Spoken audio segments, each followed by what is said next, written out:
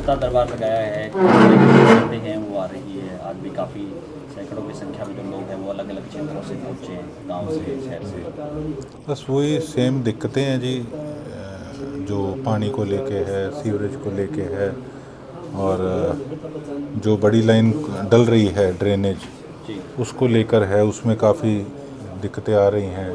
पुरानी CM announcement थी, और कहीं ना कहीं मैं तो ये कहूँगा कि नगर परिषद का उस काम को लेकर बिल्कुल ध्यान ज़ीरो है, गौर नहीं कर रहे। और बात आरोप लगाने की नहीं, बात ये है कि जो जेन्युइन चीज़ आपके सामने मैंने रखी, इसको हर सिरसा का हर एक निवासी फेस कर रहा है। और जो काम रात को होना चाहिए और अगले दिन थोड़ा काम हो जाए बेशक, लेकिन उसको सड़क को बना के पूरा सही तरीके से काम कंप्लीट होना चाहिए। लेकिन एक जो पुराना ट्रेडिशन चलता आ रहा है कि खोद के छोड़ दो, उसके बाद कोई गौर नहीं। अभी तो मैंने इनके एक कर्मचारी से पूछा, मैं कहा आगे कब तक इसको कंप्लीट करोगे? कहते जी नवंबर तक टाइम है। एक मैं साल का बता रहे हैं, कहा एक हाँ, साल नवंबर तक टाइम है। जी। इनकी ऐसी मानसिकता है कई अफसरों की कि खोद के छोड़ रखा है, और नवंबर तक बेशक सितंबर अक्टूबर तक ऐसे ही पड़ा रहे। तो क्या इस प्रकार का काम करने का तरीका इन लोगों का है? इनको कहूँगा कि कुछ जाके अच्छे बड़े शहरों में देख लो जहाँ पे सफाई पूरी रहती है, वहाँ जाके कुछ कम से कम सीख लो।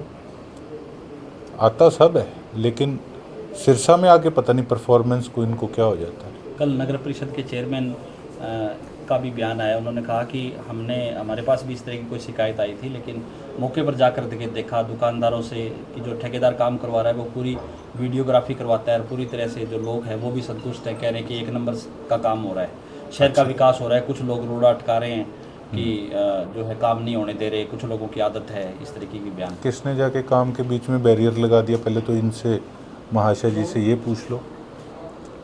और पलड़ा झाड़ने से प्रधान जी कुछ नहीं बनेगा, और इनके आका भी चुप हैं, लोग परेशानी में हैं।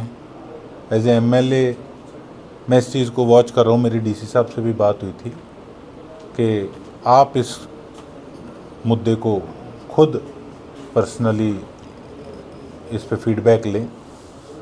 अब जो परेशानियां लोगों को आ रही हैं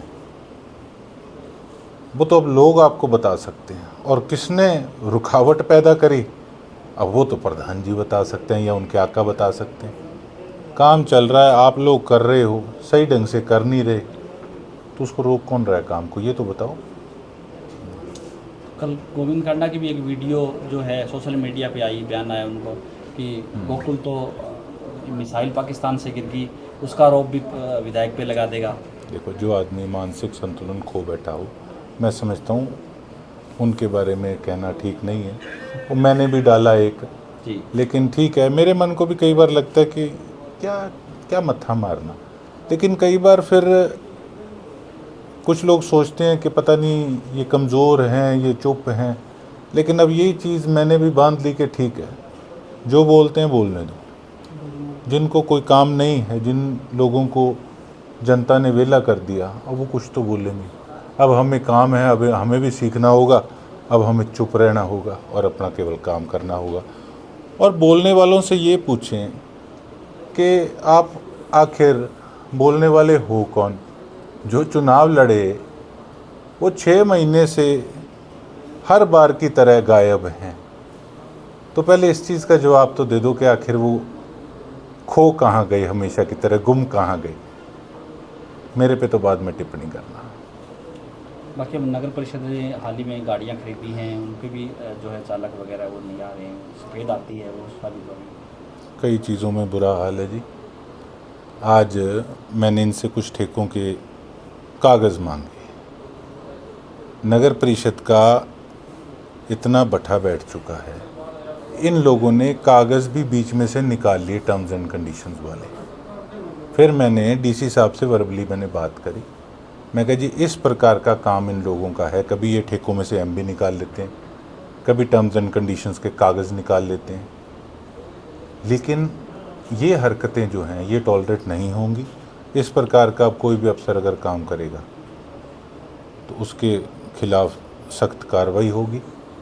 और इस तरीके की मैं कहूँगा 400 BC करने वाला बच नहीं पाएगा। ठीक है।